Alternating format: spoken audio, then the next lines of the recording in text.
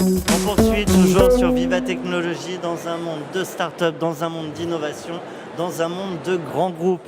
J'ai le plaisir d'échanger avec Florence Cagassi. Bonjour. Bonjour. Tu es responsable du programme Open Innovation chez TF1. Tout à fait. Aujourd'hui, s'il fallait expliquer ce que peut faire un groupe comme le vôtre vers les startups, ça se résumerait comment ? Nous, en tout cas, ce qu'on peut faire et ce qu'on essaye de faire, on a lancé depuis 2 ans des programmes d'incubation de start-up. Alors l'incubation chez TF1, ça veut dire quoi ? Ça veut dire un dispositif de rapprochement entre des start-up et des opérationnels de TF1 pour aboutir à des collaborations commerciales à l'issue d'une année. On n'accueille pas les start-up chez nous. L'ambition de ces programmes, c'est vraiment d'aboutir à des vrais partenariats business. Tout à fait. C'est aussi ça que cherchent les start-up, hein, on ne va pas se mentir. Effectivement, je pense qu'ils trouvent le coaching, etc.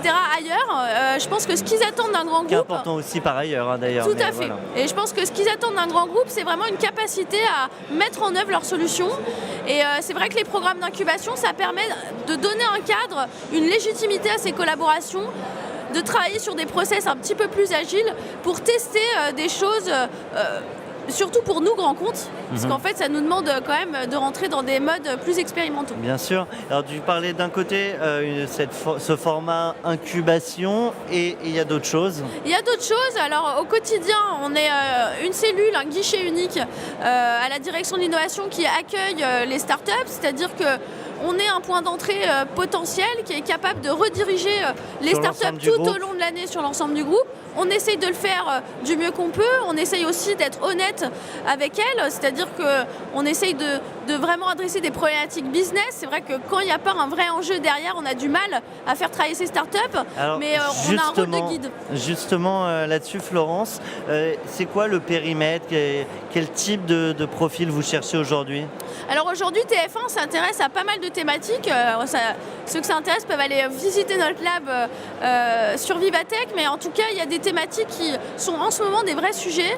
La réalité virtuelle, la réalité augmentée, parce que c'est des nouveaux formats, des nouveaux contenus qu'on a envie d'expérimenter. On a même vu des choses se faire dans certains programmes, dans des émissions. Exactement. The Voice a fait des expérimentations et là, sur cette thématique, on collabore déjà avec des startups qui produisent des contenus en réalité virtuelle. On s'intéresse à la réalité augmentée et toute cette tendance. Donc ça, c'est un vrai sujet pour nous. Un autre sujet très important, c'est la tech, donc toutes les technologies relatives au format publicitaire. Comment trouver des formats plus engageants pour nos clients, comment mesurer la performance de la publicité. Ça, c'est des thématiques très importantes pour le groupe, et puis des sujets un petit peu plus globaux, mais la donnée, c'est un vrai sujet pour nous. Comment mieux cibler nos publicités, mais aussi nos contenus, comment rendre visibles nos contenus vidéo sur l'ensemble des réseaux et toutes les plateformes. Donc on est vraiment sur des thématiques très très digitales. Et puis un dernier axe important, c'est le gaming, tout ce qui est gaming, e-sport, puisque c'est des contenus qui génèrent aujourd'hui de l'audience, énormément d'audience. Voilà, qui sont une thématique qu'on creuse depuis 1 an déjà grâce à des startups.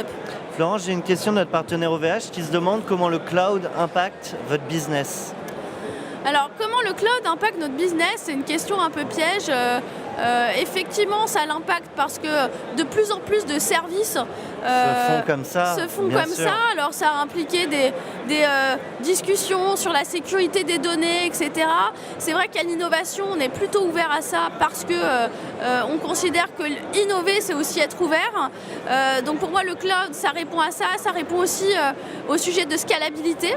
Donc, ça, c'est le point de vue de l'innovation. Au niveau du groupe, effectivement, on y va comme tout le monde. Mais c'est moins au cœur des sujets innovation aujourd'hui. Florence, j'aimerais que tu partages une réflexion avec les startups. C'est le face cam, c'est les yeux dans les yeux. Tu as 15 secondes, top chrono. Ils sont juste ici, tu peux les regarder. Alors, chers startups, moi, ce que j'ai envie de vous dire, c'est d'être exigeant dans vos relations avec les grands groupes. Pourquoi ? Parce que vous arrivez trop souvent comme si vous aviez un grand service à nous demander, alors qu'en fait, on a vraiment beaucoup de choses à s'apporter réciproquement. Donc je vous incite à permettre de créer cet équilibre de force, à vous comporter face à des corporates comme des dirigeants d'entreprise.